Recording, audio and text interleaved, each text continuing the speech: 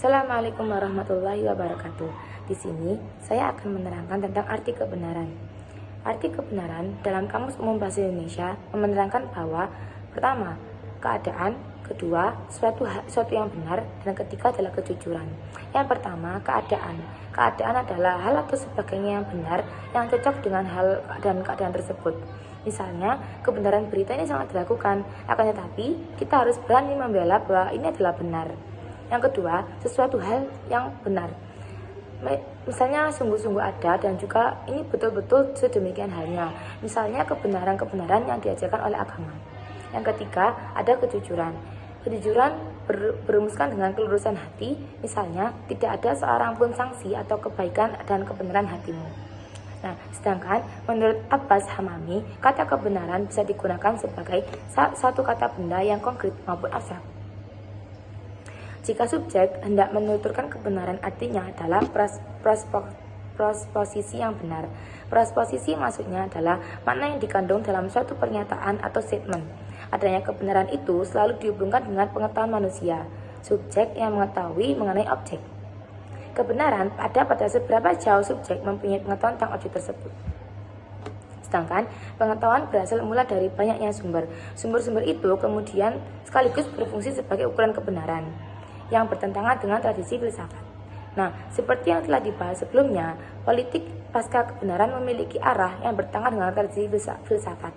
Di satu sisi, budaya politik pasca kebenaran lebih mengutamakan terbentuknya opini publik dengan mengeksploitasikan emotif dan keyakinan personal masyarakat untuk mencapai target politik yang dapat mengindahkan kebenaran faktual.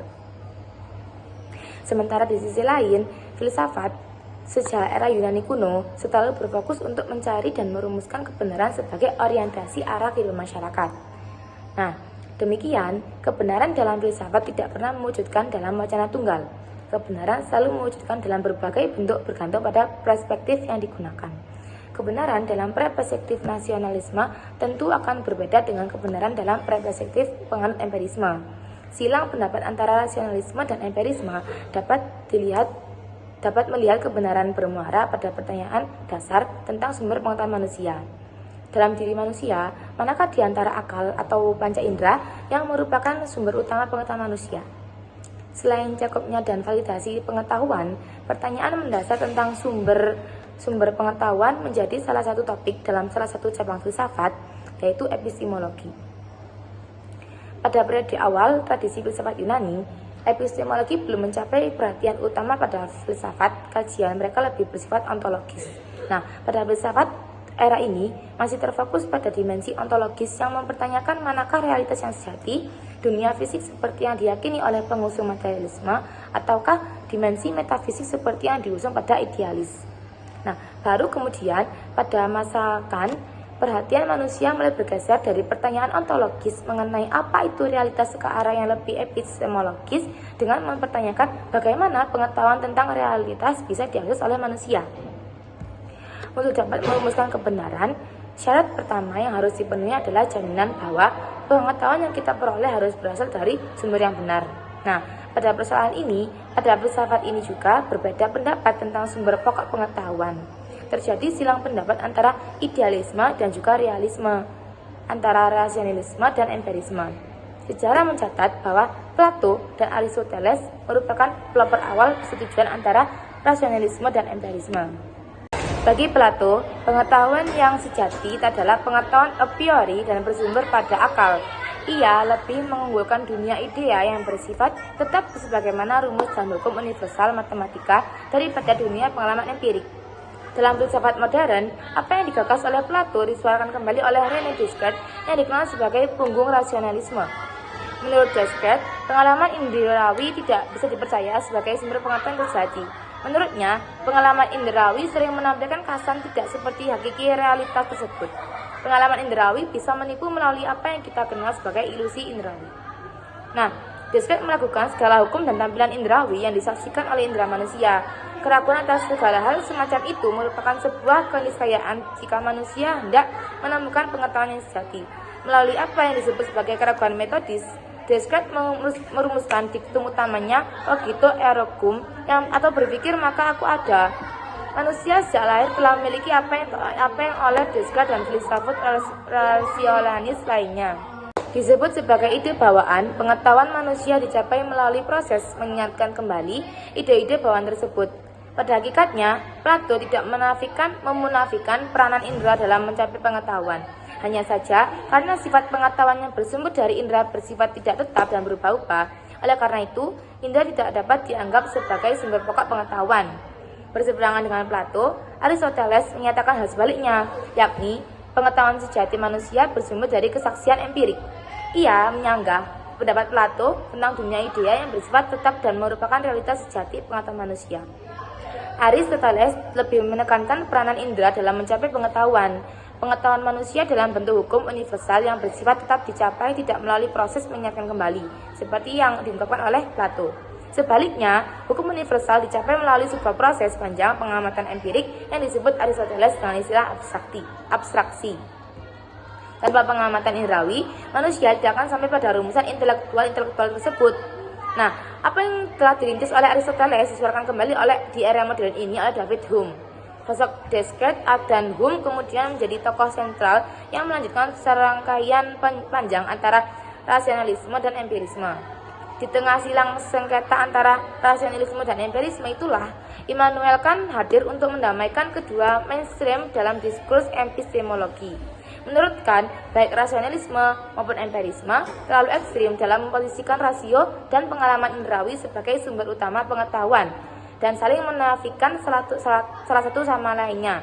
Melalui logika tersebutnya, Kant mengupayakan seperti prior research untuk menemukan jalan tengah yang mengakomodasi secara proporsional dan berimbang antara rasionalisme maupun empirisme. Kerangka filosofis yang digagas oleh Kant itulah yang dikenal dalam diskurs filsafat sebagai kritisisme. Perubahan perspektif kebenaran dari rasionalisme, empirisme, kemudian berujung pada kritisme adalah contoh klasik evolusi pengetahuan manusia dalam merumuskan kebenaran. Siklus ini berkembang sebagaimana digambarkan oleh Hegel dalam proses dialektika. Tesis kebenaran yang diusung sebuah masyarakat pada momen tertentu akan dihadapkan dengan rumusan lainnya yang disebut sebagai antitesis. Nah, selanjutnya tesis dan antitesis akan berdialog untuk merumuskan konsepsi kebenaran baru, yaitu sintesis. Pada giliran konsep baru, sintesis tersebut akan kembali diyakini oleh masyarakat sebagaimana tesis kebenaran. Siklus semacam ini akan terus berlanjut tanpa akhir, dan dalam kehidupan sehari-hari kita mengenal adanya kebenaran ini telah dianggap sebagai kebenaran umum atau bisa disebut dengan common sense dan kebenaran ilmiah yang ditemukan dalam ilmu pengetahuan. Hal ini berarti bahwa kebenaran sebagai persetujuan antara pengetahuan dengan objektif membawa implikasi terhadap adanya perbedaan kebenaran tertentu. Yang pertama adalah kebenaran biasa atau common sense. Dalam hidupnya manusia banyak menggunakan pengetahuan untuk hidupnya sehari-hari. Pengetahuan ini digunakan dalam keadaan hidupnya sehari-hari seperti pada rumah tangga, pertanian, perikanan, perhotelan, dan berbagai bidang kehidupan sehari-hari lainnya. Salah satu contoh dalam penggunaan pengetahuan dalam kehidupan sehari-hari ini adalah jika kita tahu bahwa jika air dipanaskan akan mendidih, maka pengetahuan itu dipergunakan jika kita hendak masak air. Nah, contoh lagi dari penggunaan rice cooker untuk masak nasi. Di situ kita juga tahu bahwa itu adalah pengetahuan rice cooker itu untuk masak nasi dan juga begitu seterusnya. Dengan kata lain, manusia berani bertindak atas dasar pengetahuan itu karena itu bersifat pasti dan mutlak. Jadi manusia bertindak atas kebenaran yang ada dan mereka mengetahui bahwa itu adalah benar. Pengetahuan sehari-hari yang bersifat pasti itu menyebabkan manusia tidak ragu-ragu dalam bertindak. Pengetahuan yang digunakan orang, terutama dalam kehidupan sehari-hari, tanpa mengetahui seluk-beluknya yang sedalam-dalamnya dan seluas-luasnya disebut dengan pengetahuan biasa. Nah, ciri pengenal yang pentingnya dimiliki oleh pengetahuan biasa yang sering digunakan atau sering dipandang sebagai pengetahuan para ilmiah, bahwa pengetahuan tersebut tidak diarahkan untuk memperoleh pengetahuan mengenai hal-hal yang patut diketahui atau untuk memperdalam pengalaman, melainkan diarahkan untuk mendapatkan manfaat praktis. Dengan kata lain, dalam pengetahuan ilmiah, pengetahuan itu bukanlah tujuan yang terkandung dalam dirinya, melainkan dimaksudkan agar manusia dapat menyesuaikan diri dengan alam sekitarnya. Nah, yang kedua ada kebenaran ilmiah. Kebenaran ilmiah tidak dapat dipisahkan dari karakteristik yang bersifat ilmiah. Adapun kata ilmiah dapat diartikan sebagai sesuatu yang bersifat ilmiah, secara ilmu pengetahuan, memenuhi syarat atau kaidah ilmu pengetahuan. Dari pengertian ilmiah di atas, terlihat jelas bahwa kebenaran ilmiah dapat diaktualisasikan atau dimanifestasikan dalam pengetahuan ilmiah. Atau dengan kata lain, suatu pengetahuan disebut ilmiah justru karena di dalam pengetahuan tersebut terdapat suatu kebenaran yang bersifat ilmiah. Pengetahuan ilmiah berisi tolak dari kekaguman terhadap pengalaman biasa atau harian, misalnya air yang dipanaskan akan mendidih. Nah, kekaguman terhadap pengalaman tersebut atau kebenaran tersebut itu bisa jadi menimbulkan berbagai ketidakpuasan dan bahkan keraguan terhadap kebenaran harian tersebut. Ketidakpuasan dan keraguan tersebut akan melahirkan keingintahuan yang mendalam dan yang akan diwujudkan dalam berbagai pertanyaan. Pertanyaan-pertanyaan tersebut selanjutnya diikuti dengan dilakukannya sejumlah penyelidikan. Sedangkan proses ilmiah tersebut melahirkan kebenaran ilmiah yang dinyatakan dalam pengetahuan atau sains. Nah, kebenaran ilmiah yang diwujudkan dalam ilmu pengetahuan atau sains itu dapat disebut sebagai ilmu jika memenuhi berbagai syarat. Syarat tersebut adalah objektivitas, menegaskan bahwa kemandirian ilmu pengetahuan ilmiah sungguhnya berkaitan dengan 3 norma ilmiah. Pertama, pengetahuan ilmiah merupakan pengetahuan yang memiliki dasar pembenaran. Kedua, pengetahuan ilmiah bersifat sistematis. Yang ketiga, pengetahuan ilmiah bersifat intersubjektif. Dari berbagai pemahaman mengenai kebenaran ilmiah yang telah diuraikan di atas, dapat dibuat suatu kerangka pemahaman bahwa kebenaran ilmiah adalah sebagai kebenaran yang memenuhi syarat atau kaidah ilmiah, atau kebenaran yang memenuhi ilmu pengetahuan. Demikian rupa sehingga kebenaran ilmiah tidak dapat dipisahkan dari ilmu atau pengetahuan ilmiah atau juga sains sebagai a higher level of knowledge, justru karena ilmu atau pengetahuan tersebut merupakan aktualisasi dari kebenaran ilmiah tersebut. Nah, cukup dari saya atas presentasi arti kebenaran. Di sini saya akan menjelaskan tentang teori-teori kebenaran. Setelah kita mengetahui arti tentang kebenaran ilmiah, maka kita juga harus mengetahui tentang teori-teori kebenaran. Teori-teori kebenaran itu ada 5. Yang pertama yakni teori korespondensi, kedua teori koherensi, yang ketiga yakni teori pragmatis, yang keempat teori performatif, yang kelima yakni teori konsensus. Yang pertama yakni teori korespondensi. Teori korespondensi adalah teori kebenaran yang didasarkan pada fakta objektif sebagai dasar kebenarannya. Teori ini menyatakan bahwa sebuah pernyataan bisa dianggap benar apabila pernyataan tersebut sesuai dengan fakta objektif yang ada. Fakta objektif ini bisa berupa segala sesuatu yang berhubungan dengan panca indera. Dikarenakan sifatnya yang mengandalkan pengalaman indrawi dalam menangkap fakta, maka teori ini sering digunakan oleh para empiris. Seperti contoh, sebuah pernyataan di luar sana hujan. Pernyataan tersebut bisa dianggap benar apabila terdapat fakta objektif yang mengatakan bahwa di luar sana benar-benar hujan. Peristiwa hujan ini berarti turunnya air dari langit. Jika tidak bisa ditangkap dengan panca indera, maka peristiwa hujan ini bukan merupakan fakta, melainkan hanya peristiwa delusif yang berada dalam imajinasi si pembuat pernyataan. Menurut prinsip verifikasi teori ini, semakin banyak orang yang membenarkan dan menyaksikan bukti faktual yang berhubungan dengan sebuah pernyataan tersebut, maka kadar kebenaran tersebut akan semakin tinggi. Begitu juga sebaliknya, jika semakin sedikit pihak yang membenarkan dan menyatakannya serta menyaksikan bukti tersebut, maka kadar kebenaran tersebut akan semakin rendah dan semakin diragukan kebenarannya. Yang kedua, yakni teori koherensi. Teori koherensi adalah sebuah teori yang menyatakan bahwa suatu pernyataan dianggap benar apabila konsisten dengan pernyataan-pernyataan sebelumnya yang sudah terbukti benar. Seperti contoh, matahari terbit dari arah timur. Pernyataan tersebut merupakan sebuah kebenaran umum karena sudah diyakini benar. Kita tidak perlu menunggu hari esok untuk membuktikan secara faktual bahwa matahari tersebut benar-benar terbit dari timur, karena pernyataan tersebut sudah menjadi rahasia umum. Perbedaan teori ini, yakni teori koherensi dengan teori korespondensi, terletak pada dasar pembuktian kebenarannya. Pada teori korespondensi, dasar kebenarannya pada ada tidaknya hubungan pembuktian, pada ada tidaknya hubungan antara pernyataan dengan fakta yang ada. Sedangkan pada teori ini atau teori koherensi, pembuktiannya terletak pada ada tidaknya konsistensi antara pernyataan sekarang dengan pernyataan sebelum-sebelumnya yang sudah terbukti kebenaran. Yang ketiga, yakni teori pragmatis.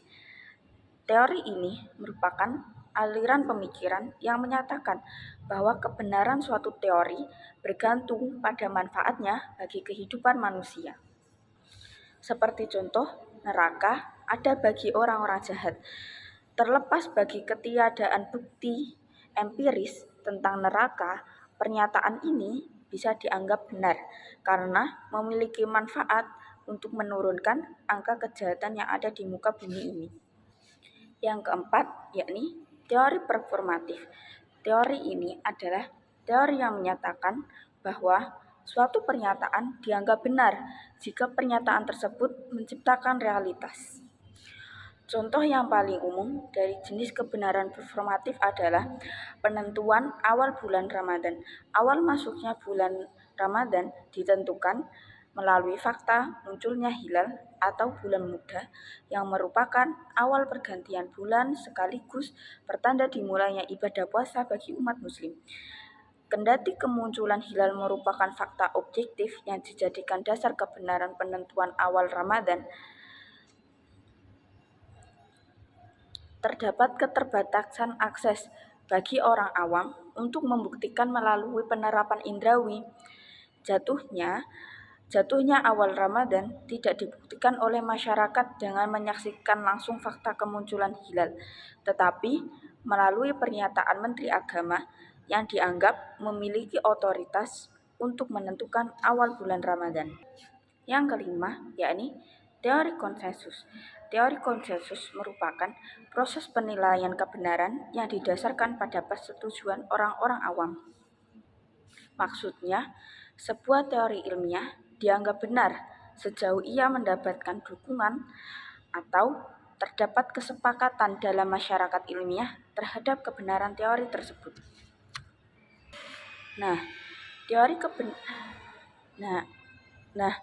Kesimpulan dari penjelasan-penjelasan di atas adalah teori kebenaran ada 5, yakni pertama, kebenaran korespondensi yang didasarkan pada fakta objektif. Selanjutnya, koherensi yang berarti pembuktian secara berulang-ulang yang pada akhirnya akan melahirkan sebuah aksioma atau postulat. Yang ketiga, yakni teori pragmatis. Teori ini berbeda dengan 2 teori sebelumnya dalam menentukan dasar kebenarannya. Yang kelima, yakni teori kebenaran performatif muncul dari konsepsi J.L. Austin yang membedakan antara ujaran konstatif dan ujaran performatif.